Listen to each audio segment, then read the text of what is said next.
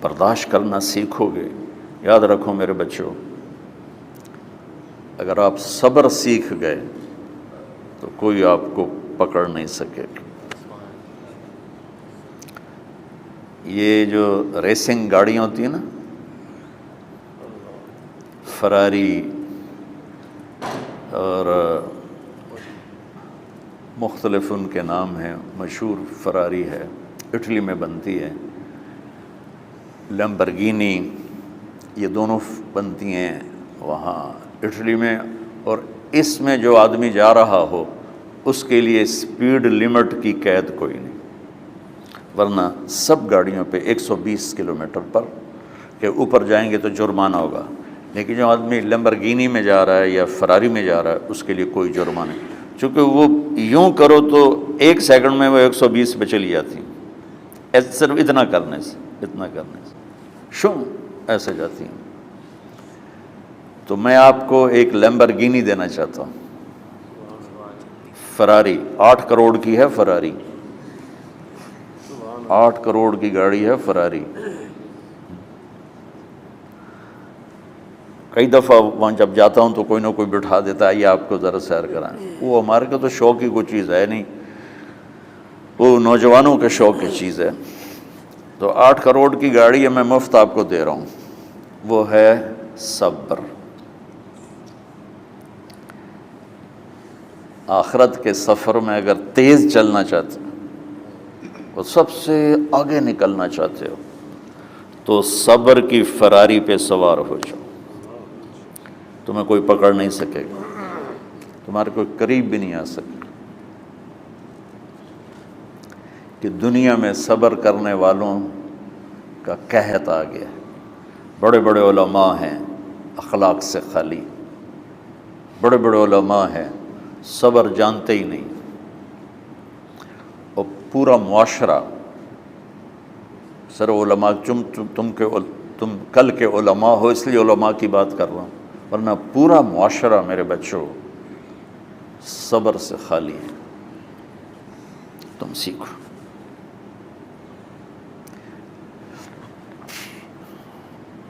دیکھو میری ایک بات سنو، علم کی کمی ہو تو اچھے اخلاق اس کو چھپا دیتے ہیں. اخلاق کی کمی ہو تو بڑے سے بڑا علم بھی اسے چھپا نہیں سکتا. سارے عیب ہوں اور اخلاق اچھے ہوں تو اخلاق وہ چادر ہے جس میں سارے عیب چھپ جائیں گے. اور ساری صفتیں ہوں اور بد اخلاق ہو تو ہر صفت کو بد اخلاقی چھپا دے گی. میرے نبی نے نماز لمبی پڑھی، اللہ نے روک دیا، کہا نہیں چاہیے. ما انزلنا علیک القرآن لتشقی، مختصر نماز پڑھیں، درمیانی نماز پڑھیں. پیسہ سارا خرچ کر دے، اللہ نے روک دیا. ولا تبسطها کل البسط، میرے نبی سارا خرچ نہ کرو، کچھ بچا کے بھی رکھو. تبلیغ میں اپنی جان کھپائی، اللہ نے اس سے بھی روک دیا. فلا تذهب نفسك علیہم حسرات، تبلیغ کرو خود نہ مر جاؤ. تبلیغ کتنا بڑا عمل ہے، اللہ نے کہا اعتدال. نماز کتنا بڑا عمل ہے، اللہ نے کہا درمیانہ ہاتھ رکھو. مال خرچ کرنا کتنا بڑا عمل ہے، اللہ نے کہا درمیانہ ہاتھ رکھو. جب میرے نے میں نے اخلاق میں بلند پرواز دکھائی تو اللہ نے کہا شاباش انک لعلی خلق عظیم. میرا نبی میں آپ کو شاباش دیتا ہوں، آپ کے اخلاق بڑے عالی شان ہیں. یہ نہیں کہا کہ اتنے بھی ذرا تھوڑا اکھ بھی کھائی کر، کوئی کوڑا ہویا کر. تو تم مولوی بڑے غسیلے ہوتے ہو. تم میرے بچے بیٹھو نا، اس لیے بات کر رہا ہوں. صبر نام کی شے ہی نہیں ہوتی. فقہ پڑھنا تو ہماری مت ماری جاتی. قرآن کو بھی فقہ کے انداز میں پڑھتے ہیں، حدیث کو بھی فقہ کے انداز میں پڑھتے ہیں. بخاری سے زیادہ امام بخاری پڑھاتے ہیں. ترجمۃ الباب پہ اتنا وقت لگا دیتے ہیں کہ حدیث جو اصل چیز ہے اس کی طرف توجہ نہیں جاتی۔ امام بخاری کی کتاب کا مقدمہ کوئی نہیں، تو اس پر جب بخاری شروع ہوتی ہے تو ہفتہ ہفتہ اس پہ سبق چلتا ہے کہ امام بخاری نے مقدمہ کیوں نہیں لکھا، جی میں سارے مل کے یعنی امام صاحب نے تو گلاں کیتی جان۔ میں اس کا اتنا آسان 1 منٹ میں اس سارے سبق کو ختم کر دیتا ہوں بخاری شریف کے، کہ دیکھو بھائی امام صاحب کا دل نہیں کیا مقدمہ لکھنے کو، اس لیے انہوں نے نہیں لکھا، گل مک۔ ایک حدیث کے عنوان اور حدیث میں جوڑ نہیں تھا، تو شیخ رمزی بہت بڑے فاضل آدمی ہمارے فیصل آباد، میں نے کہا شیخ یہ جوڑ کوئی نہیں، کہا شیخ ھذا من اصعب ابواب البخاری، یہ بخاری شریف کے مشکل ترین ابواب میں سے۔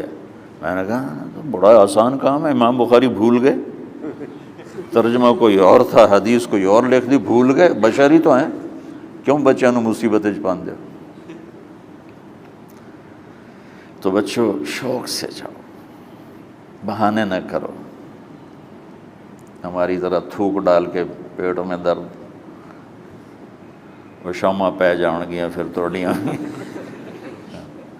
ٹھیک ہے نا، میں زیادہ بول نہیں سکتا ہوں، ضروری سمجھ کے آیا تھا کہ تم خوشی سے جاؤ۔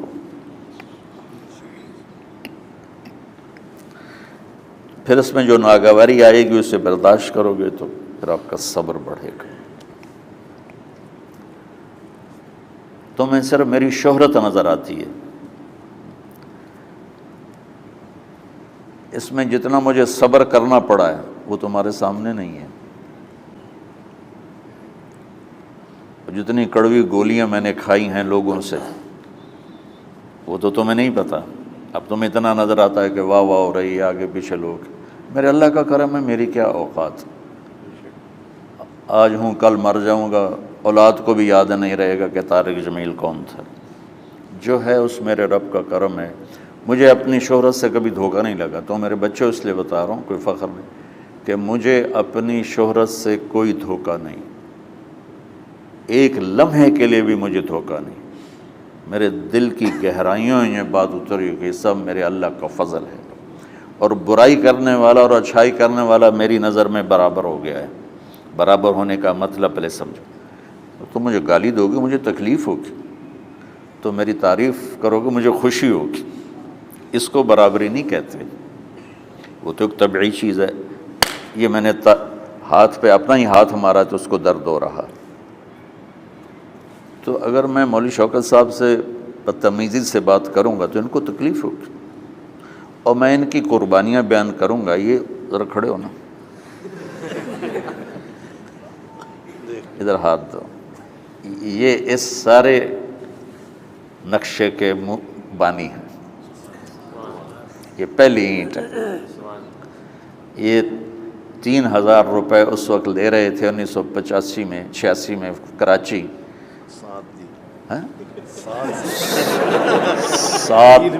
7,000 ان کی تنخواہ تھی، اور میں نے ان کو تلمبے میں بلایا 900 روپے مہینے پر۔ کتنا فرق ہے 7,000 اور 900 کا؟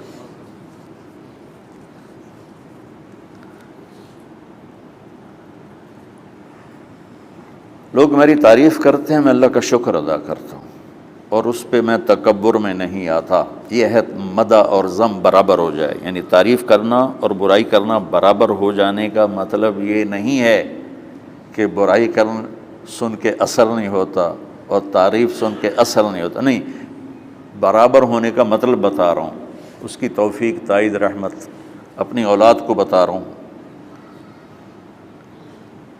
کوئی میری تعریف کرتا ہے میں اللہ کا شکر ادا کرتا ہوں اور اپنے آپ کو بھولتا نہیں ہوں، کوئی میری برائی کرتا ہے تو میرے دل میں اس کے لیے کوئی منفی جذبہ نہیں پیدا ہوتا۔ یہ ہے اچھائی برائی کو برابر کر دینا، کہ میرے اوپر مختلف الزام لگتے ہیں تو میں ان کو پی جاتا ہوں، اور اس طرح کا معاملہ کرنے والوں سے اپنے دل کو بالکل صاف رکھتا ہوں، بالکل صاف، اور میرا ان سے معاملہ اسی طرح ہوتا ہے جیسے پھر آؤ جی اپنی وجہ سے کبھی کسی سے قطع تعلق نہیں کرتا۔ تو بچوں، صبر بہت بڑی دولت،